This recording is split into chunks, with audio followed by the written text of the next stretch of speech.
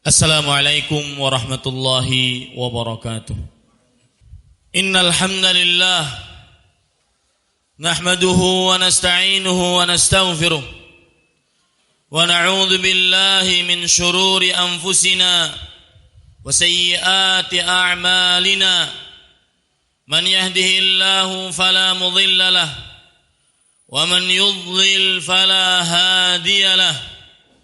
وأشهد أن لا إله إلا الله وحده لا شريك له وأشهد أن محمدا عبده ورسوله يا أيها الذين آمنوا اتقوا الله حق تقاته ولا تموتن إلا وأنتم مسلمون يا أيها الناس اتقوا ربكم الذي خلقكم من نفس واحدة وخلق منها زوجها وبث منهما رجالا كثيرا ونساء واتقوا الله الذي تساءلون به والأرحام إن الله كان عليكم رقيبا يا أيها الذين آمنوا اتقوا الله وقولوا قولا سديدا.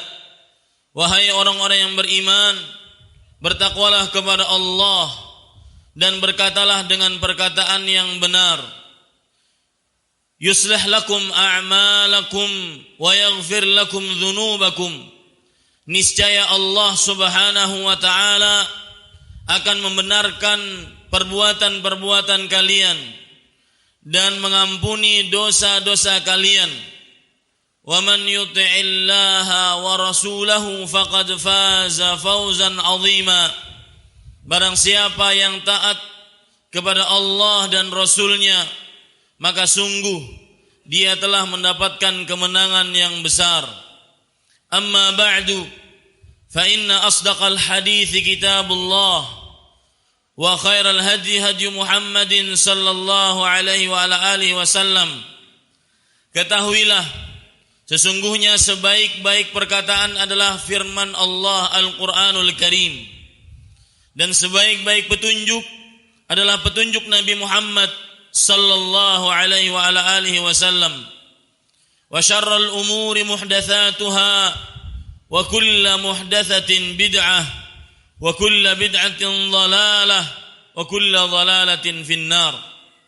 Dan ketahuilah, seburuk-buruk perkara adalah sesuatu yang mengada-ngada di dalam agama, dan setiap yang mengada-ngada di dalam beragama disebut dengan perbuatan bid'ah, dan setiap perbuatan bid'ah adalah bentuk kesesatan, dan setiap kesesatan tempatnya di dalam neraka. Kaum muslim rahimanillah wa iyyakum, semoga Allah Subhanahu wa taala senantiasa selalu merahmati kita di dunia dan di akhirat.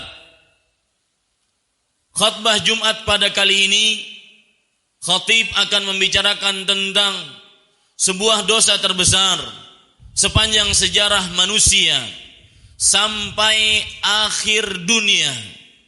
Sebuah dosa yang apabila seorang manusia meninggal dalam keadaan belum bertobat darinya, maka tidak akan diampuni oleh Allah Subhanahu wa taala.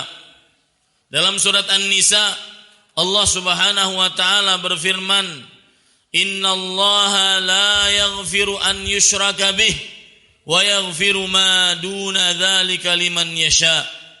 Sesungguhnya Allah Subhanahu wa taala tidak akan mengampuni dosa yang mensyirikannya, dan Allah akan mengampuni dosa selain itu bagi siapa yang dikehendakinya. Dosa ini adalah dosa yang terbesar dibandingkan dosa-dosa terbesar lainnya. Berdasarkan hadis Rasul sallallahu alaihi wasallam yang diriwayatkan oleh Imam Bukhari dan Muslim, beliau bersabda, "Ala unabbi'ukum bi akbaril kabair." Wahai para sahabatku, maukah kalian Aku beritahukan dengan dosa yang terbesar dari seluruh dosa-dosa besar. Kemudian para sahabat Nabi radhiyallahu anhu menjawab, "Na'am ya Rasulullah."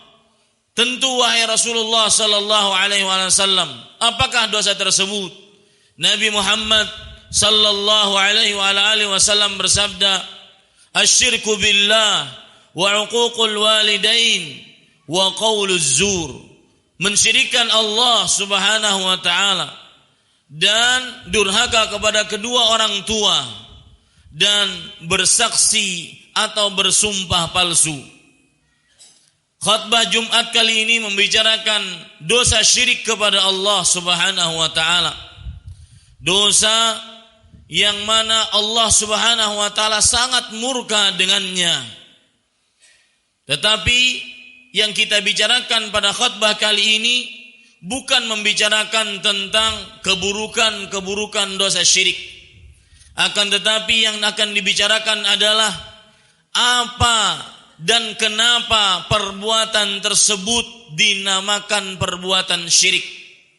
Kenapa sampai memakai jimat dinamakan perbuatan syirik? Kenapa sampai percaya kepada dukun, tukang ramal, orang yang mengaku mengetahui akan hal gaib, baik yang telah lalu ataupun yang akan datang, termasuk dinamakan perbuatan syirik? Kenapa bersikap tiarah, merasa bernasib sial ketika melihat sesuatu, atau ketika mendengar sesuatu, atau ketika mengetahui sesuatu, termasuk dinamakan perbuatan syirik? Khutbah Jumat kali ini akan membicarakan hal itu. Sebelum kita lanjut, kaum muslim yang dirahmati oleh Allah Subhanahu wa taala, alangkah baiknya kita dudukkan apa itu perbuatan syirik. Allah Subhanahu wa taala berfirman di dalam surat Al-Baqarah, "Fala taj'alu lillahi andadan." Maka janganlah kalian menjadikan sekutu bagi Allah Subhanahu wa taala. Berarti perbuatan syirik adalah menjadikan untuk Allah Subhanahu wa taala sekutu-sekutu yang menyamai Allah Subhanahu wa taala di dalam hak-hak dan di dalam kekhususan-kekhususan yang milik Allah Subhanahu wa taala. Di dalam surat Asy-Syu'ara, Allah Subhanahu wa taala juga berfirman tentang definisi kesyirikan. Tallahi in kunna lafi dhalalim mubin idh nusawwikum birabbil alamin. Demi Allah, sesungguhnya kami dahulu ketika di dunia benar-benar di dalam kesesatan yang nyata, ketika kami menyamakan kalian sembahan-sembahan selain Allah dengan Rabb alam semesta, Allah tabaraka wa ta'ala. Dari ayat ini kita ambil sebuah definisi kesyirikan. Kesyirikan adalah menyamakan selain Allah dengan Allah di dalam perkara yang khusus milik Allah Subhanahu wa taala. Dan perkara-perkara yang khusus milik Allah seperti Allah lah satu-satunya yang berhak diibadahi. Allah lah yang mengatur, yang mencipta, yang berkuasa, yang menyembuhkan, yang mematikan, yang menghidupkan, yang mendatangkan hujan ataupun menahan hujan. Maka siapa saja yang menyamakan selain Allah dengan Allah dalam perkara-perkara yang khusus milik Allah, seperti yang khatib sebutkan tadi, berarti dia sudah berbuat kesyirikan. Kita ambil contoh kaum muslim yang dirahmati oleh Allah Subhanahu wa taala. Rasulullah sallallahu alaihi wasallam bersabda dalam hadis yang diriwayatkan oleh Imam Abu Daud dan Imam Ahmad serta yang lainnya, "At-tiyaratu syirkun, at-tiyaratu syirkun." Artinya merasa bernasib sial karena melihat sesuatu atau mendengar sesuatu atau mengetahui sesuatu, maka ini adalah termasuk perbuatan kesyirikan. Sikap tiarah menurut Rasulullah sallallahu alaihi wasallam adalah termasuk perbuatan kesyirikan. Seperti yang dilakukan oleh sebagian orang ketika ingin mempunyai hajatan, baik itu pernikahan ataupun bepergian, membangun rumah, membuka toko, dia mencari hari-hari yang baik, bertanya kepada orang yang dianggap pintar untuk mengetahui hari-hari yang baik, apakah tanggal lahir mempelai si lelaki sama baiknya dengan tanggal lahir mempelai si perempuan jika pernikahan dilakukan bulan Januari atau bulan Februari. Maka ini termasuk dari sikap merasa bernasib sial ketika melihat sesuatu, mendengar sesuatu, ataupun dengan waktu. Sebagian orang ketika sudah bepergian, sudah ingin bepergian, semua tas sudah di depan pintu, akan tetapi ternyata ada piring yang pecah, maka mereka langsung merasa bernasib sial, merasa bernasib naas, malang, bahwasanya piring tersebut pertanda akan mendatangkan bala, musibah ketika dalam perjalanan. Akhirnya mereka tidak jadi melakukan perjalanan. Ini contoh-contoh yang terjadi di masyarakat. Dan masih banyak contoh-contoh yang lain yang disebut dengan sikap tiarah, merasa bernasib sial. Itu adalah sebuah perbuatan kesyirikan. Pertanyaannya, kenapa dinamakan kesyirikan? Kalau ada yang menjawab, karena Rasulullah sallallahu alaihi wasallam yang menyatakan, maka itu benar bahwasanya at-tiyaratu syirik. Merasa bernasib sial ketika ada burung hantu di atas rumah, merasa bernasib sial ketika ada burung gagak hitam di atas langit, yang mana ada sebuah keyakinan bahwasanya orang di kampung tersebut akan mati. Maka ini adalah sebuah kesyirikan. Rasulullah sallallahu alaihi wasallam menyatakan seperti itu. Lalu kenapa dinamakan kesyirikan oleh Rasul sallallahu alaihi wasallam? Maka kembali kepada definisi tadi, bahwasanya orang yang berkeyakinan seperti itu telah menyamakan selain Allah, baik itu tadi burung hantu, baik itu tadi burung gagak hitam, atau baik itu tadi piring yang jatuh, menyamakan selain Allah dengan Allah dalam perkara yang khusus milik Allah. Dalam hal ini pemberian kebaikan ataupun pendatangan bahaya. Karena tidak ada an-nafi'u wad-darru, tidak ada yang maha memberi manfaat, maha menahan bahaya selain Allah Subhanahu wa taala. Di dalam hadis yang lain, kaum muslim yang dirahmati oleh Allah Subhanahu wa taala, Rasulullah sallallahu alaihi wasallam bersabda dalam hadis riwayat Imam Abu Dawud, "Innar ruqa wat-tiwala wat-tamaima wat-tiwalata syirk." Sesungguhnya menjampi-jampi dengan bacaan-bacaan selain dari Al-Qur'an atau hadis Rasul sallallahu alaihi wasallam yang sahih, kemudian memakaikan jimat-jimat kepada anak-anak kecil sebagai penangkal bahaya, sebagai penolak penyakit, kemudian memakai sihir pelet, termasuk kesyirikan. Kaum muslim yang dirahmati oleh Allah Subhanahu wa taala, pertanyaannya, kenapa seseorang yang memakaikan kepada anak-anaknya gelang-gelang yang terbuat dari benang-benang hitam, baik itu di gelang kaki atau gelang tangan ataupun di leher, menurut Rasulullah sallallahu alaihi wasallam termasuk kesyirikan? Maka jawabannya sama, bahwasanya dalam praktek itu berarti menyamakan selain Allah, dalam hal ini gelang-gelang tersebut, dengan Allah di dalam penangkalan terhadap penyakit. Karena tidak ada seorang pun yang mampu menyembuhkan penyakit, yang mampu menangkal penyakit illallah wahdah la syarikalah, kecuali Allah semata, tiada sekutu bagi Allah Subhanahu wa taala. Kaum muslim yang dirahmati oleh Allah Subhanahu wa taala. Contoh yang ketiga, Rasulullah sallallahu alaihi wasallam bersabda juga dalam hadis riwayat Imam Abu Daud, "Man halafa bi ghairillah faqad asyrak."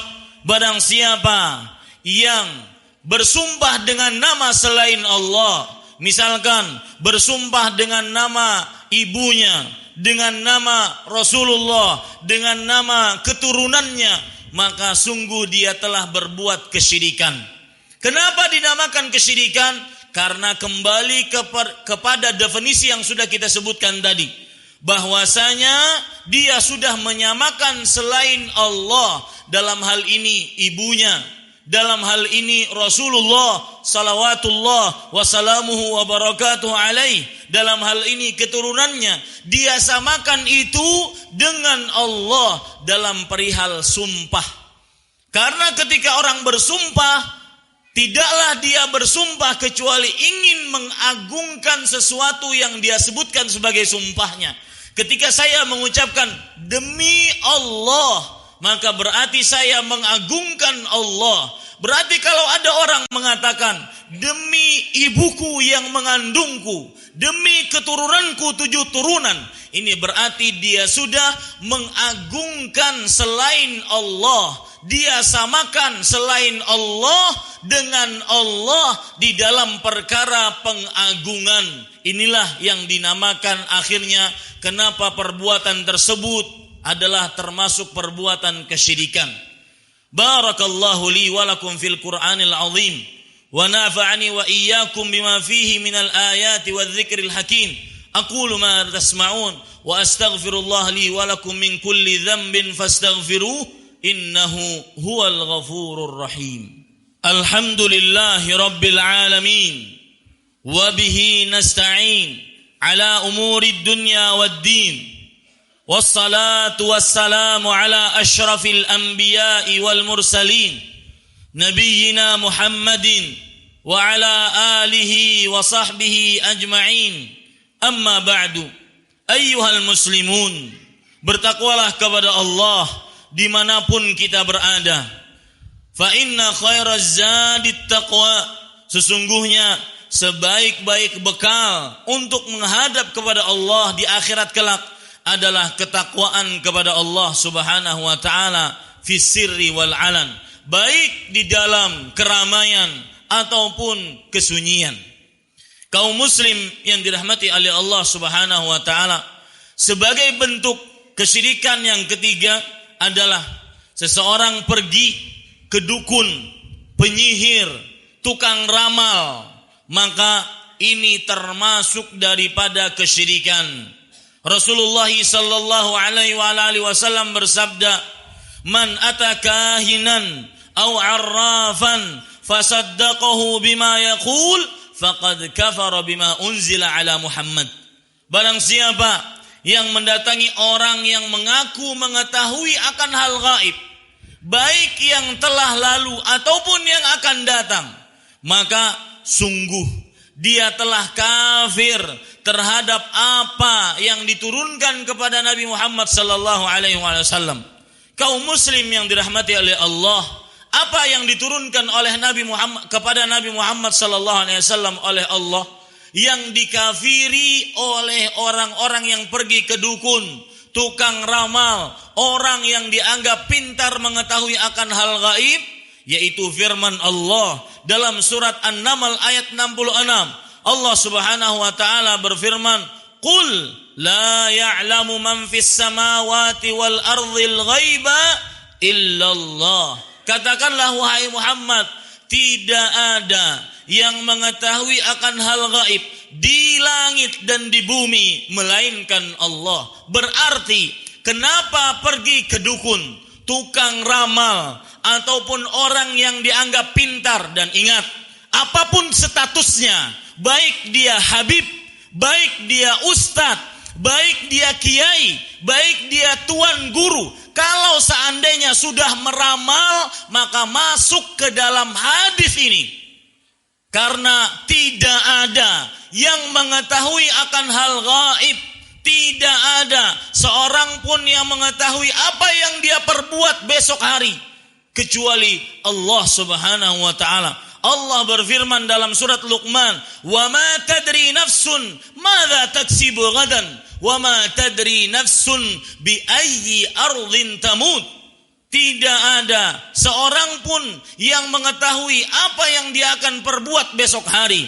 Tidak ada seorang pun yang mengetahui di daerah mana dia akan dicabut nyawanya oleh Allah Subhanahu wa taala.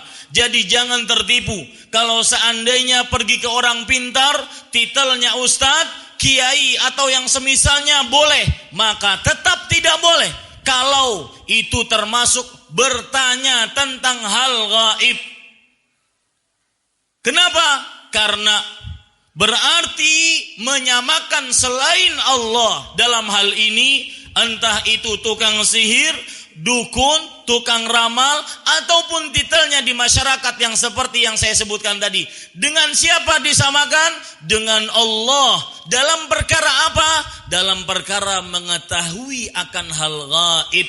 Karena tidak ada yang mengetahui akan hal gaib melainkan Allah Tabaraka wa ta'ala. Kaum muslim yang dirahmati oleh Allah Subhanahu wa ta'ala, jangan pernah melakukan kesyirikan dalam hidup Anda. Walaupun Anda dalam keadaan lapang, walaupun Anda dalam keadaan sempit sesempit-sempitnya dalam menghadapi problematika kehidupan.